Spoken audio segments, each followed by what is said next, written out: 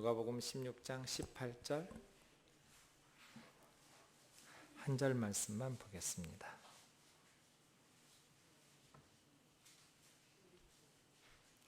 제가 읽겠습니다. 누가복음 16장 18절입니다. 무릇 자기 아내를 버리고 다른 데 장가드는 자도 간음함이요 무릇 버림당한 여자에게 장가드는 자도 간음함이니라. 아멘. 오늘은 이혼에 대해서 좀 말씀을 묵상해 보도록 하겠습니다. 제가 어릴 때만 해도 이혼이 흔치 않은 일이어서 우리 사회에 그렇게 심각하다고 할 수준은 아니었는데 요즘은 매우 흔한 사건이어서 교회에서 어떻게 이 부분에 대해서 가르쳐야 될까, 둘 중에 하나를 취하는 것 같습니다. 어떤 그리스도인들은 이혼을 매우 금기시하면서 이혼한 사람들을 배척하고 정죄하는 그러한 그리스도인이 있고, 대부분의 교회는 이혼은 당연한 것처럼 어쩔 수 없는 것으로 여겨서 무관심하게 그렇게 지나치곤 하는 것 같습니다. 성경이 뭐라고 말씀하실까? 성경에 따라서 우리가 바르게 이 부분에 대한 말씀을 좀 이 시간에 생각해 보고 싶습니다. 신약 성경에서 이혼에 관련된 직접적인 구절이 5구절이 있습니다. 그 5구절 중에 오늘 본문도 한 구절입니다. 마태복음 10장 2절에서 12절, 마가복음 10장 2절에서 12절, 이 부분은 마태복음 19장 3절에서 12절과 같은 병행 본문입니다. 그리고 마태복음 5장 31절, 32절, 그러니까 사복음서 중에서 요한복음은 이혼에 대한 직접적인 말씀이 없고 마태, 마가, 누가가 있는데 마태는 2번 기록하고 있습니다. 그만큼 마태복음이 이 부분에 관심을 가지고 있다는 것을 알 수 있습니다. 그리고 고린도전서 7장 10절에서 16절 사이의 말씀이 그렇습니다. 우선 좀 한 구절씩 찾아보죠. 마가복음 10장 2절입니다. 마가복음 10장 2절에 바리새인들이 예수님께 나와서 사람이 아내를 버리는 것이 옳습니까? 하고 묻습니다. 마가복음 10장 2절입니다. 그런데 마가복음 10장 2절 말씀 보시면 좀 특이한 표현이 있습니다. 바리새인들이 예수께 나와 그를 시험하여 묻되, 시험하여 물었다는 말입니다. 사람이 아내를 버리는 것이 옳습니까? 라고 질문을 던지는데 왜 이것이 시험하여 이르되가 될까요? 바리새인들이 생각할 때 예수님께서는 이혼을 반대하시는 이혼 불가라는 말씀을 가르치신 것을 알고 있었습니다. 예수님께서 이혼을 반대하는 것이 모세 율법에 반대된다라는 것을 바리새인들이 파악한 것이죠. 그래서 예수님이 모세 율법을 범하고 있다라는 것을 들추어내면서 시험이지요. 그래서 묻습니다. 예수님께서 3절입니다. 모세가 어떻게 너희에게 명하였느냐? 그랬더니 바리새인들의 대답이 모세는 이혼 증서를 써 주어 버리기를 허락하였습니다. 그러니까 모세는 신명기 24장 1절 이하에서 이혼 증서를 써서 아내 버리는 것을 허락했는데 예수님께서는 이혼이 불가능하다, 이혼 불가 이렇게 말씀하시는 것, 서로의 차이점을 들추어내면서 바리새인들이 예수님을 시험하게 된 것이지요. 그때 예수님께서 5절을 보시면 너희 마음이 완악함으로 말미암아 이 명령을 기록하였거니와, 주의 깊게 3절에서 예수님께서 모세가 어떻게 명령하였느냐? 대답은 허락하였습니다. 그러니까 분명히 이혼하는 것을 명령한 것은 아닙니다. 그렇죠? 그것은 허락사항이지 반드시 이혼하라는 명령으로 율법이 주어진 것은 아닙니다. 그거에 대해서 예수님께서는 이 명령은 너희 마음이 완악하기 때문이다. 모세 율법은 어떤 면에서는 인간의 죄 때문에, 인간의 마음의 완악함 때문에 일종의 타협이라고 말할 수 있습니다. 양보죠.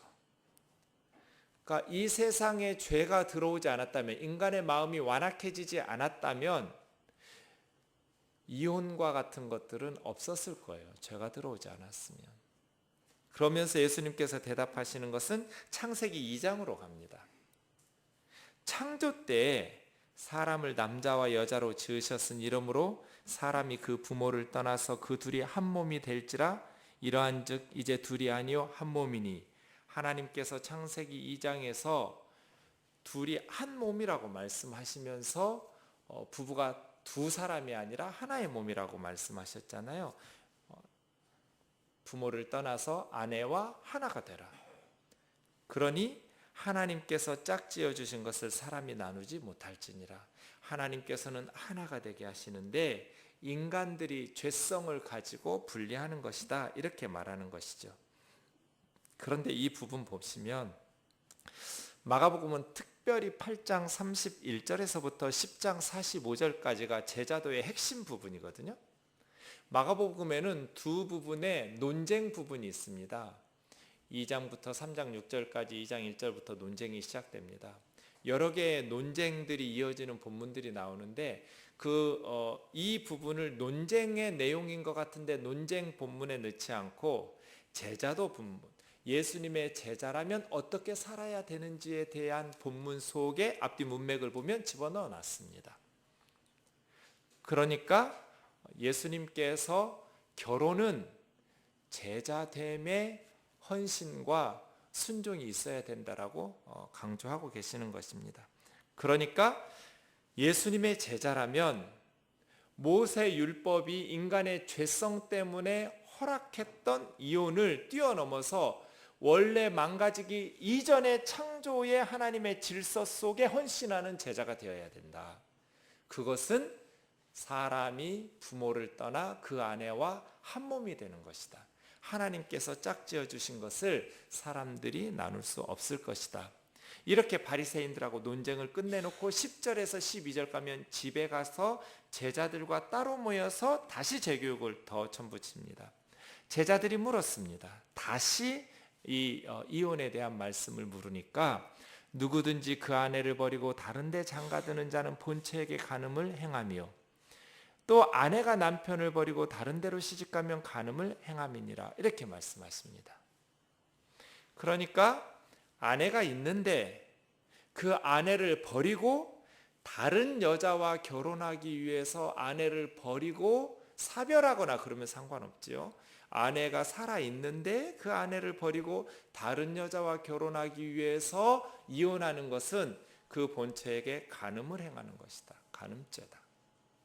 반대로 여자도 남편이 있는데 살아있는 남편을 두고 다른 남자와 재혼하기 위해서 이혼하는 것은 간음하는 것이다.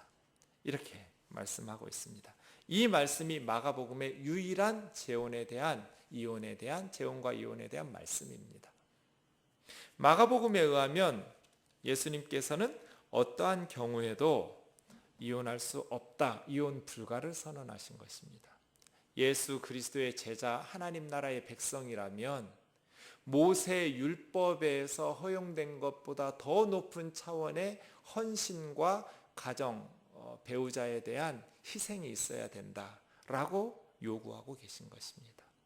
동일한 본문을 마태복음 19장 3절에서 12절에 대하는데 조금 차이가 있습니다. 우리 한번 찾아보겠습니다. 마태복음 19장 2절 말씀, 3절부터입니다.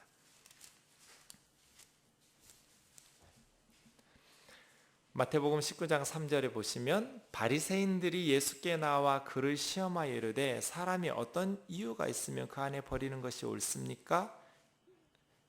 시험하면서 묻습니다. 그때 예수님께서 사람을 지으시니가 본래 그들을 남자와 여자로 지으시고 말씀하시기를 그러므로 사람이 그 부모를 떠나서 아내에게 합하여 그 둘이 한 몸 될지니라 하신 것을 읽지 못하였느냐? 그런즉 이제 둘이 아니요 한 몸이니 그러므로 하나님이 짝지어 주신 것을 사람이 나누지 못할지니라. 그러면 어찌하여 모세는 이혼 증서를 주어서 버리라 명하였나이까? 모세가 너희 마음의 완악함 때문에 아내 버림을 허락하였거니와 본래는 그렇지 아니하니라. 똑같죠? 그런데 9절에서 차이가 납니다. 내가 너희에게 말하노니 누구든지 음행한 이유 외에 아내를 버리고 다른 데 장가드는 자는 간음함이니라. 뭐가 달라졌습니까? 마가복음과? 마태는 음행한 이유 외에는 함으로써 이혼의 가능성을 열어두었습니다. 만일 아내가 간음을 하면, 음행을 하면 이혼을 해도 좋다. 그러나 그 외에는 이혼할 수 없다. 이런 차이점이 있습니다. 똑같은 말씀인데 마태와 마가 사이에 이러한 큰 차이점이 발생하죠. 이것이 얼마나 제자들에게 충격적이었는지 10절에 보면 제자들이 이르되 만일 사람이 아내에게 이같이 할진대 차라리 장가들지 않는 것이 좋겠나이다. 진짜 웃기는 것들이죠. 그만큼 예수님 시대의 여자들은 절대로 이혼을 요구할 수 없었습니다. 유대인 사회에서는. 잠시 후 보겠지만 이방 헬라 사회에서는 여자도 남편에게 이혼을 청구할 수 있었지만 유대인들은 여자는 남편에게 어떠한 경우에도 이혼을 요구할 수 없었습니다. 이혼의 요구는 남편들만 했습니다. 그리고 쉽게 이혼했습니다. 잠시 후에 살펴보겠지만 예수님 시대 유대인들은 남자들은 아주 쉽게 이혼했어요. 그런데 예수님께서 뭐라고 하셨어요? 이혼은 안 된다. 못 박으셨어요. 그랬더니 예수님이 제자들이라고 말하는 사람들도 그러느니 차라리 장가를 안 가는 게 낫거든. 이런 어긋장난 소리가 어디가 있어요. 그 정도 예수님의 가르침은 그 당시를 거슬러 올라갔고 충격적이었어요. 이런 말은 대답 안 하셔도 되는데 예수님은 또 친절하게 대답 다 해주셔요. 사람마다 이 말을 받지 못하고 오직 타고난 자라야, 독신으로 사는 것 타고난 자라야 할 것이다. 어머니 태로부터 된 고자도 있고 사람이 만든 고자도 있고 천국 위하여 스스로 고자된 자도 있다. 독신으로 사는 자들은 자기 뜻대로 되는 것은 아니고 그런 식으로 대답하신 것이죠. 왜 이런 차이점이 나타날까요? 마가복음만 읽으면 음행한 이유, 음행한 연고 외에는이라는 표현이 한 번도 없습니다. 마태만 그렇습니다. 여러분 마태복음 5장 31절 32절, 마태복음 5장 6장 7장이 산상설교죠. 산상보훈 본문에 이 말씀이 또 있습니다. 마태복음 5장 31절과 32절을 보시죠.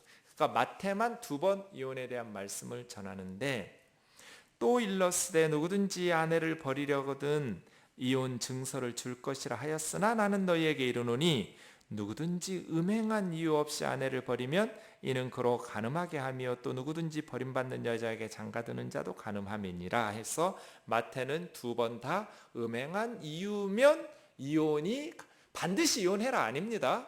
이혼할 수 있다 허용이죠. 배우자가 성적 범죄를 저질렀을 때 어떠한 경우에도 불구하고 꾹 참고 그리스도인은 가정을 지키고 이혼해서는 안 되는가? 아닙니다.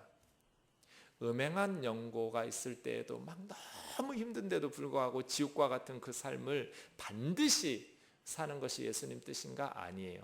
마태에 의하면 이혼할 수 있다 해요. 그러나 견뎌내고 그것을 참고 참 가정생활이라는 것이 여러 가지 요소가 복합적으로 있지 않습니까? 배우자가 성적인 부정을 저지르지만 자녀들 때문에 참고 살기도 하고 여러 가지 이유들 때문에 그 가정을 지켜야 한다면, 지킬 수 있다면 참 지켜내는 것도 귀한 일이지요. 그러나 음행한 연고, 이유들이 발생했을 때에는 이혼해도 좋다. 이게 마태 공동체의 허락이죠. 반드시 이혼해라가 아닙니다. 이 상황에서도 성적인 죄에 대해서 견뎌낼 수 없을 때 이혼해도 좋답니다. 네. 그렇게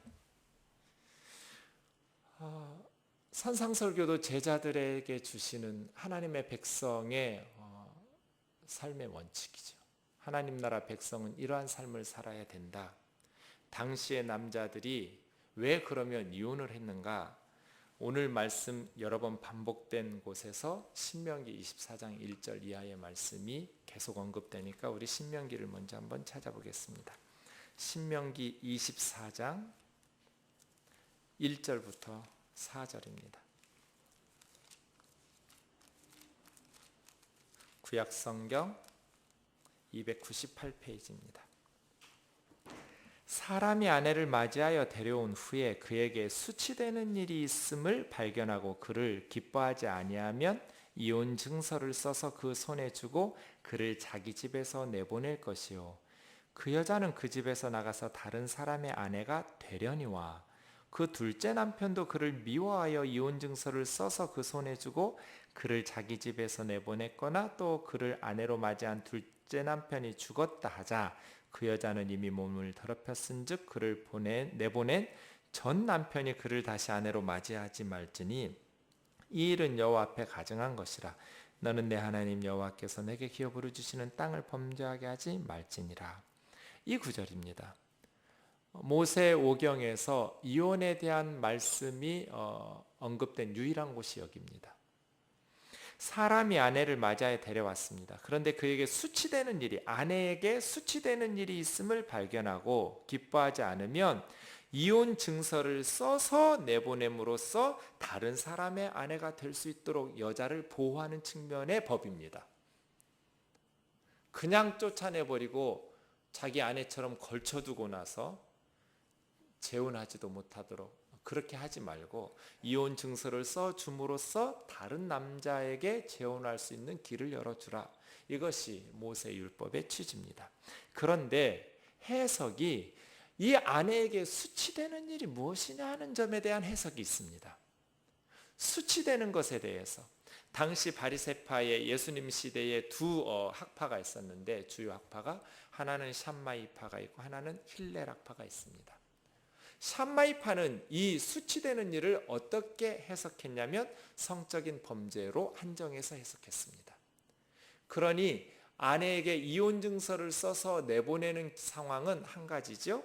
아내의 성적 부정이 발견되었을 때입니다. 그런데 힐렐 학파는 이 수치되는 일에 대한 해석을 활짝 넓혀버렸습니다. 예컨대 힐렐은 아내가 저녁상을 정성스럽게 차려주지 않으면 남편이 수치심을 느꼈어요. 이혼이 가능했습니다. 랍비 아키바는 부인보다 더 이쁜 여자를 봤어요. 그래서 옆에 있는 자기 부인 때문에 이 남편이 수치스러웠어요. 이혼이 가능했습니다. 이런 식입니다. 자, 예수님 시대의 남자들이 샴마이파를 좋아했겠습니까? 힐렐파를 좋아했겠습니까? 어느 해석이 더 실질적으로 영향을 미쳐서 적용되었을까요? 힐렐파입니다. 그래서 예수님 시대의 유대인 사회에 이혼이 흔한 일입니다. 여자들은 이혼을 제기할 수 없습니다. 남자들만 이혼을 제기하는데 이혼 증서 써주면 언제든지 보내는 것이지요. 네. 이것이 바리새적, 유대적 전통이었습니다. 이러한 상황에 당시의 여자들은 남편으로부터 쫓겨나면 취직을 할 수가 없습니다. 당시의 여자들이 직업을 가지는 게 불가능합니다. 당장의 남편으로부터 버림받으면 먹고 살 길이 없어요. 그래서 제가 천국에 가면 저한테 정말 고맙다고 할 누님이 한 분 계시는데 요한복음 4장의 수가성 사마리아 누님이에요. 사마리아 누님, 수가성의 누님은 성적으로 부정한 여인이 아니에요.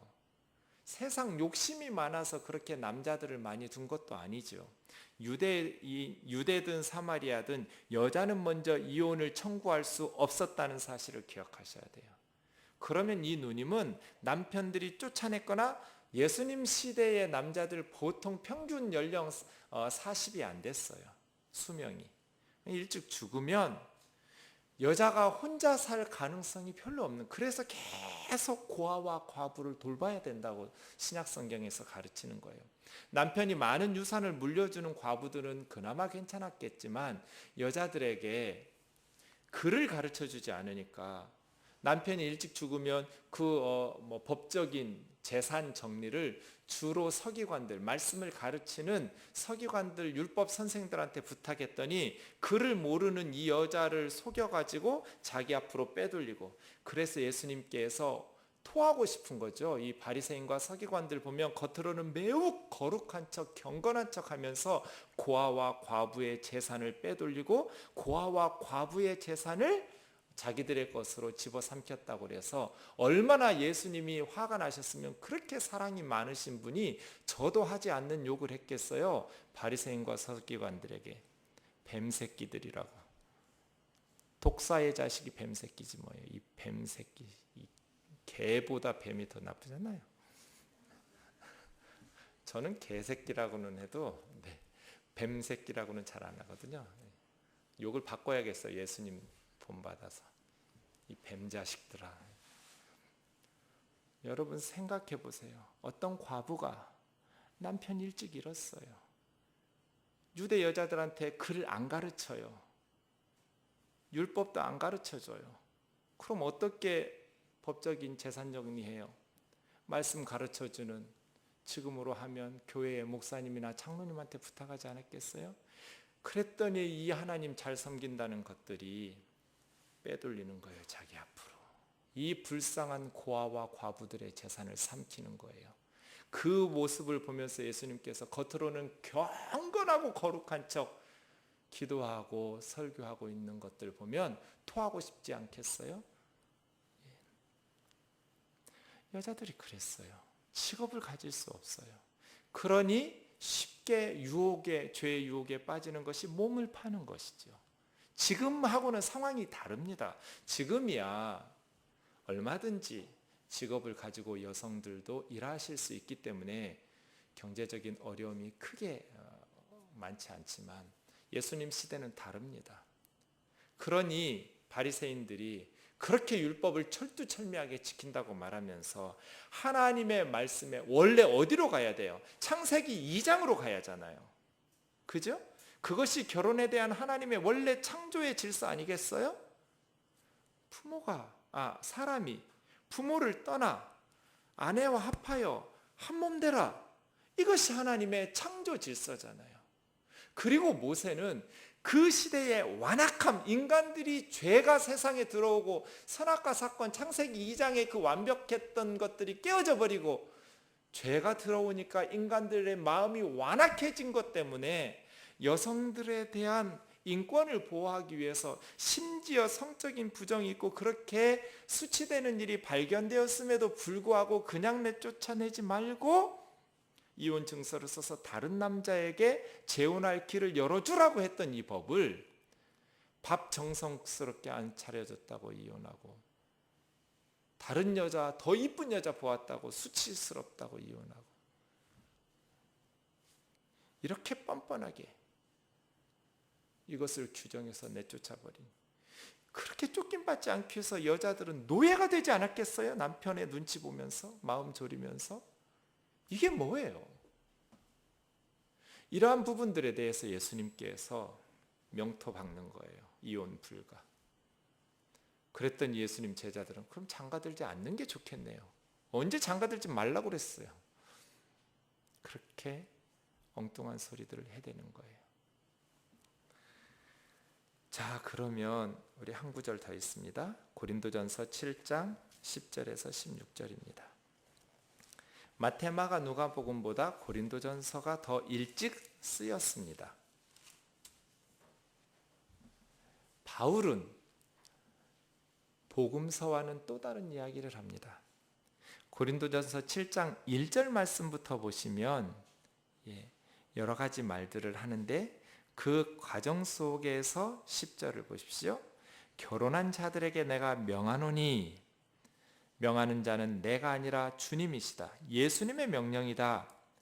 여자는 남편에게서 갈라서지 말고.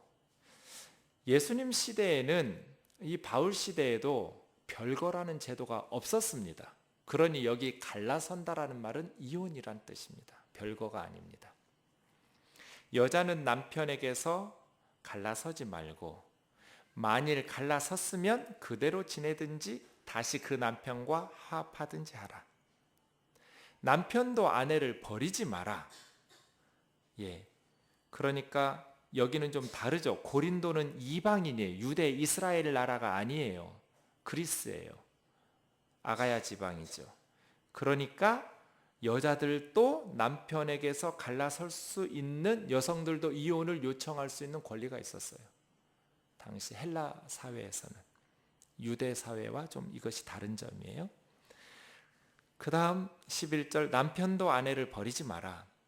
그 나머지 사람들에게 내가 말하노니 이것은 주님의 명령이 아니라 바울 자신의 명령이에요. 만일 어떤 형제에게 믿지 않는 아내가 있는데, 그러니까 남편은 예수님을 믿는데 부인이 믿지 않는 거예요. 아마 예수 믿기 전에 결혼했다가 남편만 믿게 된 경우일 것 같아요. 남편과 함께 살기를 좋아하면, 아내가 자기는 믿지 않지만 우상 숭배자이지만 남편이 예수님을 믿는단 말이에요. 그런데 예수 믿는 남편과 함께 살기를 원해요. 그러면 갈라서지 말아라. 반대도 마찬가지예요. 13절, 어떤 여자에게 믿지 않는 남편이 있는데 아내와 함께 살기를 원하면, 그러니까 이때는 이제 부인은 예수님을 믿고 남편은 우상 숭배자예요. 그런데 이 예수님 믿지 않는 우상 숭배자인 남편이 예수님을 믿는 아내와 함께 살기를 원해요. 종교는 다르지만. 그러면 이 여인도 남편을 버리지 말라는 거예요. 같이 살아라. 배우자들이 같이 살기를 원하면. 왜냐? 14절이죠. 믿지 않는 남편이 아내 때문에 거룩하게 되고 믿지 않는 아내가 남편 때문에 거룩하게 된다. 그러니까 믿지 않는 배우자, 우상 숭배하는 배우자의 부정보다 믿는 성도들의 배우자의 거룩함이 더 세다는 거예요. 뭐 남편이나 아내가 믿으면 안 믿는 배우자가 천국 갈 수 있다는 말 아니에요. 거룩하게 영향을 받는다는 뜻이지, 배우자가 한쪽이 예수 잘 믿고 그 사람과 이혼하지 않고 끝까지 살면 안 믿었지만 그 배우자도 천국 갈 수 있다, 그런 뜻은 아닙니다. 그런데 15절 보시죠. 믿지 않는 자가 갈라서기를 원할 때 어떻게 해야 될까요? 예컨대 남편이 예수님을 믿어요. 부인은 예수님 믿지 않는 우상 숭배자예요. 그런데 남편에게 요구하는 거예요. 너 예수를 계속 믿으면 이혼이다. 그러면 어떻게 해야 될까요? 반대도 마찬가지죠. 아내가 예수 믿어요. 남편은 우상 숭배자예요. 남편이 최후 통첩을 보내요. 너 예수 포기하지 않으면 이혼이야. 양자택일하거라. 그럴 때 어떻게 해야 되느냐는 거예요. 갈라서라. 형제나 자매나 이런 일에 구애될 것이 없느니라. 그러나 하나님은 화평 중에서 너희를 부르셨느니라. 아내된 자여, 네가 남편을 구원할는지 어찌할 수 있으며 남편 된 자여, 네가 믿지 않는 네 아내를 구원할는지 어찌할 수 있으리요? 이렇게 말하는 것이죠. 그러니까 여기는 지금 복음서하고 또 다른 상황이죠. 저는 이것이 선교지의 특수 상황이라고 봅니다. 이스라엘에서는 다 하나님 믿는 사람들이잖아요. 예수님의 사역지에서는. 그러니까 다른데 선교지에 가면 이제 우상 숭배자와 예수 믿는 배우자들이 발생하게 되겠죠. 이럴 경우에 원칙은 뭐예요? 예수님의 명령과 똑같아요. 갈라서지 마라. 갈라서지 말라는 것이 바울의 선교지에서도 원칙인데, 한 가지 경우 예수 믿는 배우자와 믿지 않는 배우자 사이에 안 믿는 배우자가 이혼을 요구할 때 신앙을 포기해야 되는가? 배우자를 포기해야 되는가? 어떠한 경우에도 신앙을 포기할 수는 없다. 끝까지 두드러 맞으면서도 버텨야 되는데 끝까지 그게 안 될 때 신앙을 포기하지 말고 이혼을 당하라는 거예요. 그래야 하나님의 구원에 동참할 수 있죠.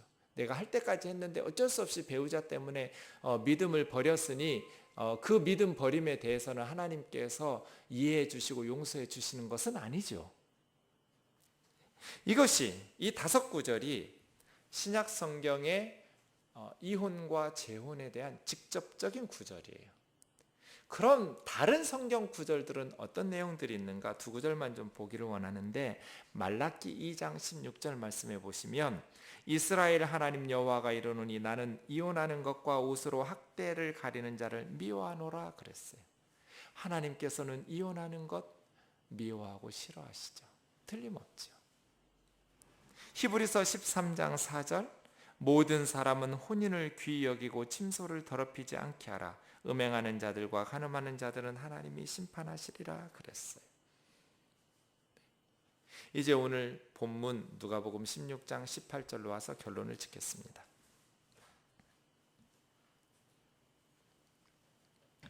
누가복음 본문에 보면 우리가 지금 몇 주 동안 본 것처럼 14절에 바리새인들이 돈을 좋아하는 자들이기 때문에 예수님의 물질에 대한 설교를 듣고 조롱하고 비웃었습니다.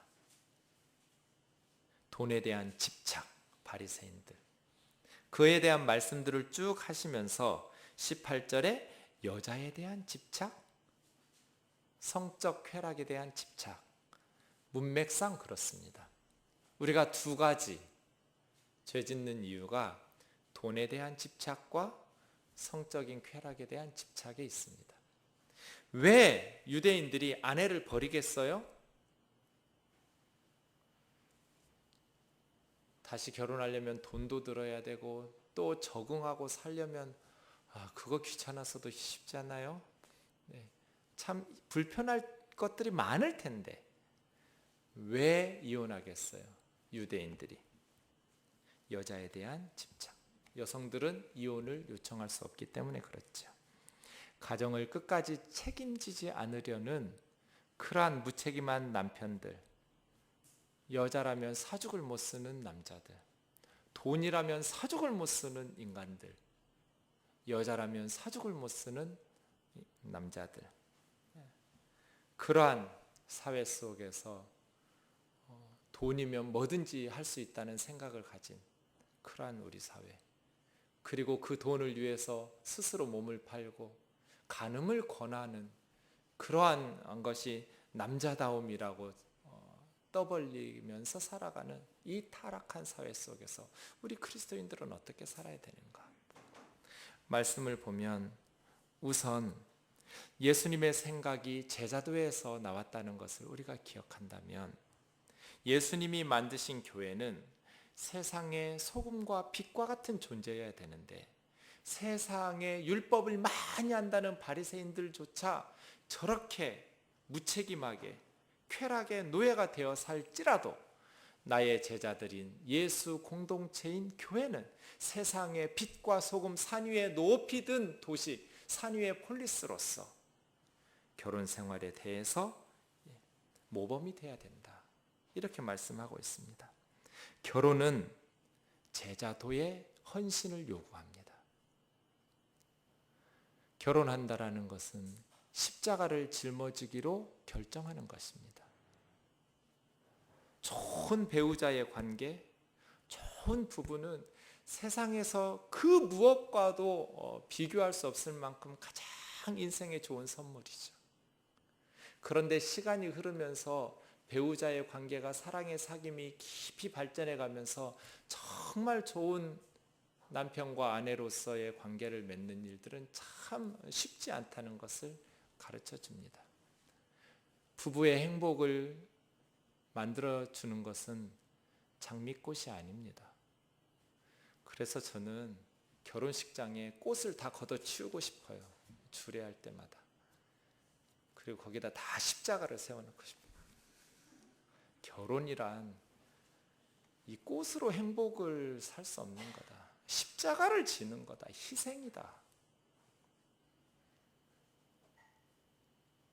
예수님께서 우리를 위해서 십자가에서 피 흘리신 것처럼 배우자를 위해서 십자가를 지는 희생과 헌신. 저도 주례를 하지만 신랑은 신부를 사랑합니까? 이렇게 물은 적 한 번도 없습니다. 신부는 신랑을 사랑합니까? 이렇게 물은 적 없습니다. 어떻게 묻습니까? 사랑하겠습니까? 하고 묻습니다. 사랑하느냐고 묻지 않고 비가 오나 눈이 오나 어떠한 불행한 일이 있거나 검은 머리 파풀이 될 때까지 사랑하겠습니까? 이렇게 묻지요. 결혼은 그런 것이죠. 그런 의미에서 그리스도인들이 결혼에 대해서 귀히 여기고 여러 가지 정말 세상 사람들 말로 내가 전생에 무슨 죄가 지어서 저런 인간을 만났는가, 도대체 하나님은 왜 나에게 저런 십자가를, 결혼해서 살다 보면 그런 말들을 듣습니다. 품어야죠. 십자가를 지는 것입니다. 그런데 놀랍게도 신약 성경, 그 성경 어디에도 이혼한 성도들을 징계하거나 비난하라는 말이 없습니다. 이혼을 죄악시하면서 징계하지를 않아요. 제가 주목하는 것은 공동체 상황에 예수님의 말씀을 적용해 나가는 방식입니다. 예수님의 말씀은 명확합니다. 이혼 불가. 그런데 마가와 누가에서는 어떠한 예외 조항이 없었는데 마태에서는 두 번 다 음행한 연고라는 공동체적 상황 속에서 예수님의 말씀을 해석해냈습니다. 저는 아주 조심스럽게 여기에 하나를 더 추가합니다. 바울은 선교적 상황에서 또 하나를 추가시켰습니다. 예수님은 하시지 않은 말씀, 예수님의 명령을 그대로 유지시키면서도 이제 예수님이 예상하지 없었던, 예상은 하셨겠지만 예수님이 사역했던 지역에서는 없었던 새로운 선교지에서의 상황, 불신 배우자가 이혼을 요구할 때 갈라서라 라고 이야기합니다. 주의 뜻 아니지만 주님 명령은 아닌데 갈라서라 이야기하죠. 저는 여기에 조심스럽게 하나를 더 추가해요. 이혼은 마지막 수순이기 때문에 이혼 불가입니다. 그런데 죽어도 못 살겠어요. 마태 공동체에서 예수님이 말씀하신 음행, 어쩌다가 실수한 거 그거 이해할 수 있겠지만 계속 반복해서 그러면 결혼했으니 어떤 경우라도 예수 믿는 너는 나하고 갈랐으면 안 돼, 이렇게 요구할 수 없어요. 여기에 저는 육체적 폭력을 넣습니다. 언어 폭력 아니에요? 그러면 가끔 와서 물어요. 목사님, 언어 폭력이 더 괴로워요. 그거 안 죽어요. 언어 폭력으로 죽는 사람 저 본 적 없어요. 그런데 신체적 폭력, 아내를 두드려 패는 거예요.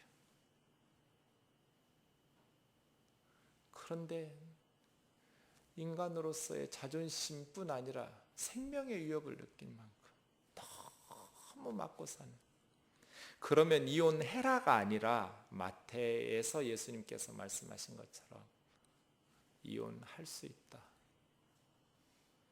제가 목회를 오래 하면서 많은 경우 상담하고 하면서 내린 결론이에요. 그 외에도 더 많은 결혼 생활에 어려운 일들이 참 많이 있겠죠.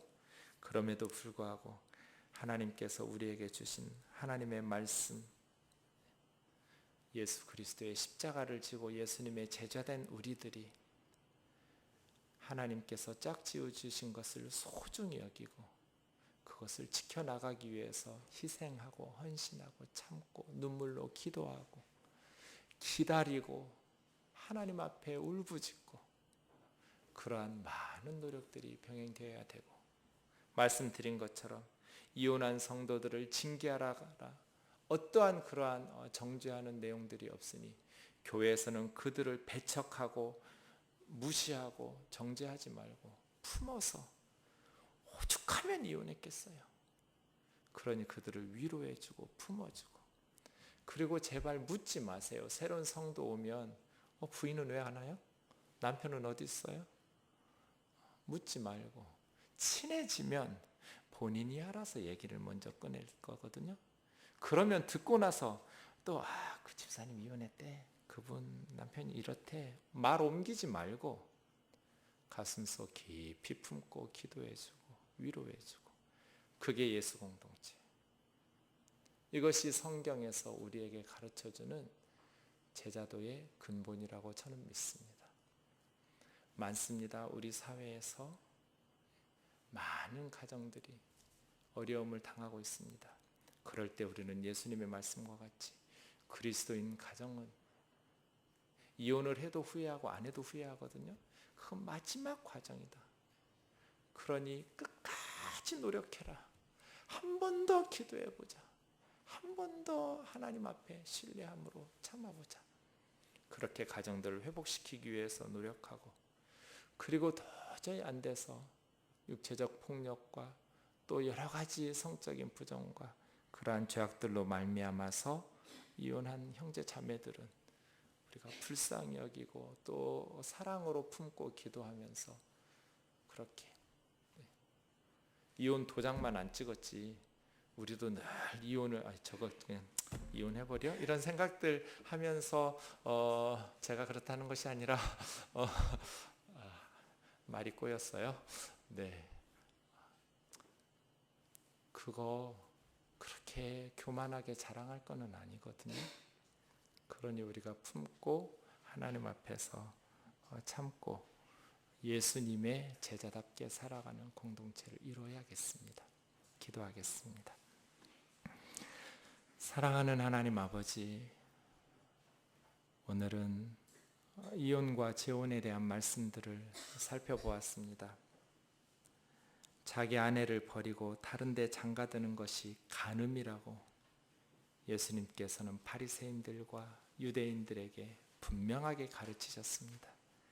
인간의 마음의 완악함 때문에, 그 죄성 때문에 이혼들이 가능하지만 하나님의 창조의 질서 속에 둘이 하나 되게 하신 뜻을 기억하면서 경제적 대책도 없는 아내들을 내쫓고 그렇게 쉽게 무책임하게 가정에 대해서 살아가는 당시 남자들을 향하여서 예수님의 제자들은 달라야 된다는 분명한 선언들을 주셨습니다.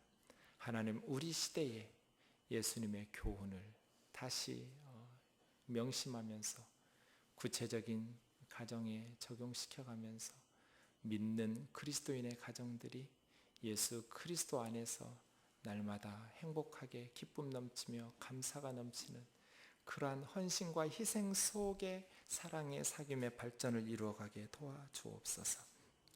예수님의 걸어가신 이름으로 간절히 기도하옵나이다.